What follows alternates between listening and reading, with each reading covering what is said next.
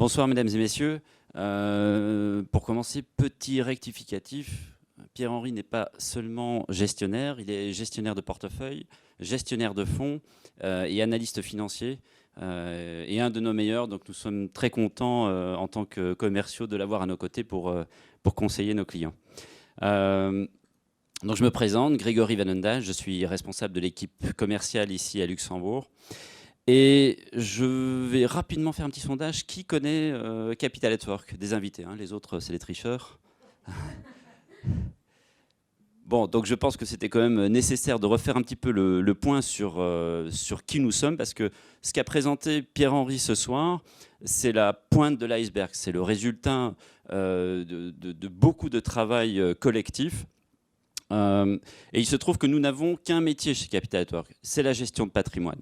Nous le faisons dans 3 pays différents, avec une base principale ici à Luxembourg, avec tous les métiers de support ici à Luxembourg. Nous sommes 120 personnes qui y travaillent, et ça c'est un petit peu particulier pour le métier, nous avons nos propres analystes financiers, nos propres équipes de recherche, et c'est pour nous en tout cas un gage de qualité au niveau des investissements que nous pouvons proposer à nos clients. Nous existons depuis presque 30 ans, donc j'attends avec impatience l'année prochaine pour qu'on puisse fêter cela ensemble. Et nous gérons aujourd'hui près de 7,4 milliards d'euros. Donc c'est une société qui a extrêmement bien évolué, avec une philosophie d'investissement qui est un petit peu particulière. Et c'est ma collègue qui va présenter ça tout de suite. Qu'est-ce que vous voyez d'habitude quand vous allez voir un gestionnaire ou quand on vous parle de placement financier? Eh bien, c'est ce genre de graphique, souvent incompréhensible, et voilà, on essaye de vous traduire cela, mais ça paraît assez, pas suffisamment concret en tout cas pour vous amener à investir sur les marchés financiers. Ici, on voit les taux à 10 ans comparés à l'évolution du S&P 500. Vous voyez que c'est des termes qu'on aime bien en finance avec des abréviations et les termes complexes. Vous voyez ici l'évolution des marchés avec énormément de chiffres. Alors, tous ces graphiques sont des éléments qui sont, pour nous, professionnels de la finance, importants. Et nous en tenons compte, mais pour nous, investir, ce n'est pas ça. C'est autre chose. Et ça, c'est ma collègue Nathalie qui va le présenter maintenant. Merci. Non, j'essaye, la première fois, j'essaye de ma vie, j'essaye cela pour voir si ça fonctionne. Donc, ben voilà, avant de rentrer dans le vif du sujet, j'aimerais toucher un mot à l'égalité des chances.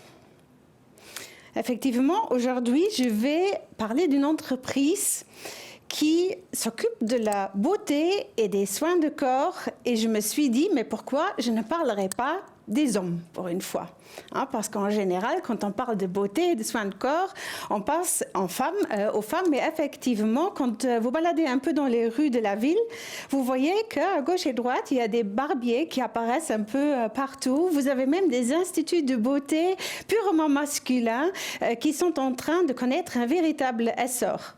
Hier même, j'étais chez ma coiffeuse préférée et elle m'a dit, la révolution, elle est là, la révolution masculine dans le monde de la beauté. Donc les hommes, ils prennent beaucoup plus de place que comme par le passé dans notre salle de bain et aussi sous la douche. Mais est-ce que vous savez que jusqu'à la révolution de la femme, donc jusqu'à l'émancipation de la femme dans les années 70, c'était l'homme qui prenait la parole dans les spots publicitaires des femmes. Donc l'homme disait, les cheveux de ma femme sont beaux parce qu'elle a utilisé tel et tel shampoing. Et en 1973, il y avait une jeune publicitaire de l'âge de 23 ans qui a osé l'inédit, qui elle a dit, maintenant je veux que ce sont les femmes qui prennent la parole. Et le spot publicitaire, c'était environ comme ça. Mes cheveux sont beaux parce que j'utilise le meilleur shampoing. Et j'utilise ce shampoing parce que je le vaux bien. Qui devine de quelle société je vais vous parler aujourd'hui?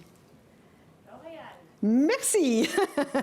Effectivement, j'ai choisi comme investment case une société que nous connaissons bien. Donc, le logo, et vous l'avez déjà probablement vu sur les slides de Pierre-Henri. Donc, c'est une des sociétés dans lesquelles nous investissons. Mais avant de continuer, j'aimerais bien poser la question au public. Qui d'entre vous n'a jamais, de manière directe ou indirecte, utilisé un produit L'Oréal dans sa vie?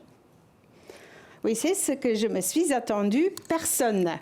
Et donc voilà, on est effectivement chez le leader mondial de la cosmétique, fondé en 1909, qui emploie 86 000 employés dans 150 pays, dans pratiquement tous les pays du monde, et vous offre 36 marques.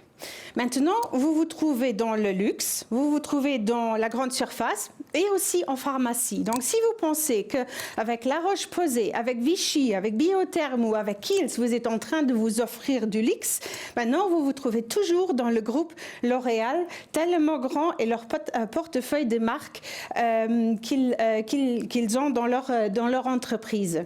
Donc, il est pratiquement impossible d'éviter L'Oréal si on prend juste un tout petit peu soin de soi-même.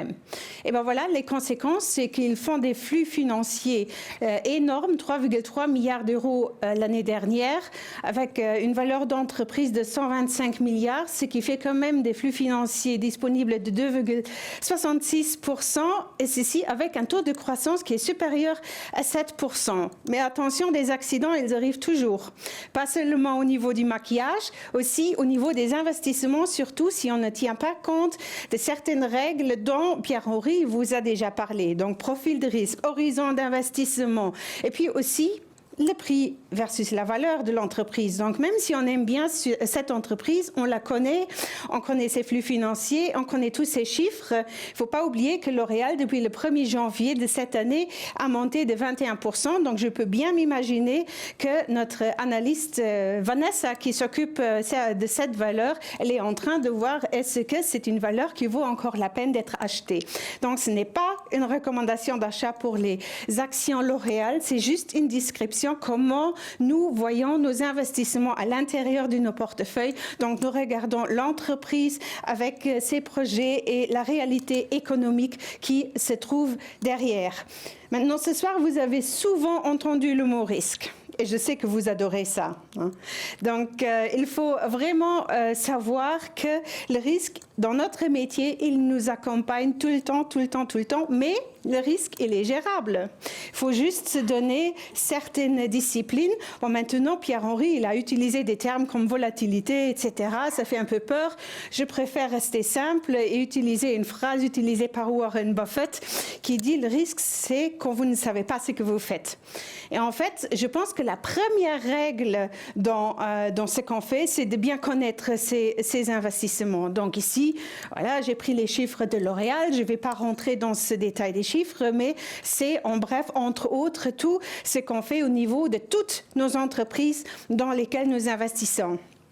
Donc, j'ai utilisé un mot « toutes les entreprises ». Donc, je suis au niveau de la diversification.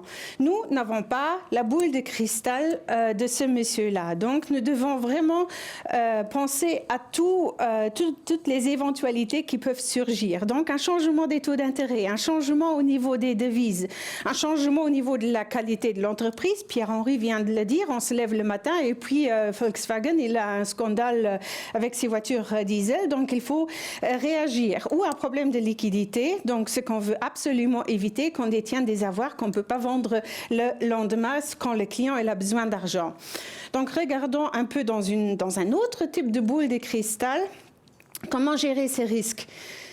Je ne vais pas rentrer dans le détail, mais ce que je vais vous dire, c'est que les gestionnaires et les analystes, ils ont un garde-fou. Le garde-fou, c'est notre département Risk Management qui sont complètement détachés de la gestion et qui regardent de manière très sévère si Pierre-Henri, par exemple, il respecte les quotes-parts à attribuer aux diverses classes d'actifs, mais aussi à l'intérieur des diverses classes d'actifs. Est-ce qu'il y a assez de secteurs? Est-ce qu'il y a les devises sont bien réparties? Donc, il y a plein de règles règles à respecter. Et je suis relativement sûre quand Pierre-Henri, il dépasse quelque part, il y a une lampe rouge qui s'allume chez lui et il doit vite réagir parce que le risk management dit stop, il y a un intrus dans le portefeuille. Comme par exemple des produits structurés qui ne trouvent pas de place dans nos portefeuilles, mais s'ils sont ramenés par un client, il faut gérer cela et voir comment on peut se débarrasser de ces produits sans dégâts pour les clients. Donc voilà, le plus important, et là nous retournons au niveau de la gestion, le plus important c'est toujours de faire une différence entre le prix et la valeur. Ça c'est une phrase que nous entendons souvent, elle vient aussi de Warren Buffett, mais bon, on pratique un peu la même philosophie de gestion. Si on connaît la valeur des entreprises, si on connaît les entreprises, on connaît aussi la différence par rapport à leur prix en bourse. Donc on va naturellement essayer de ne pas acheter des entreprises qui sont trop chères et se débarrasser des entreprises qui sont vraiment au-dessus de leur prix idéal. Voilà, maintenant c'était très rapide, c'était très simple, mais en fait c'est ça ce que nous faisons au quotidien.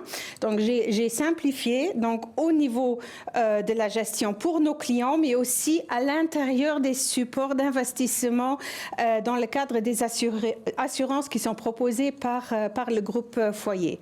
Donc voilà, je vous remercie d'être venus malgré la pluie, malgré les bouchons, et je vous souhaite encore une très belle soirée parmi nous. Merci.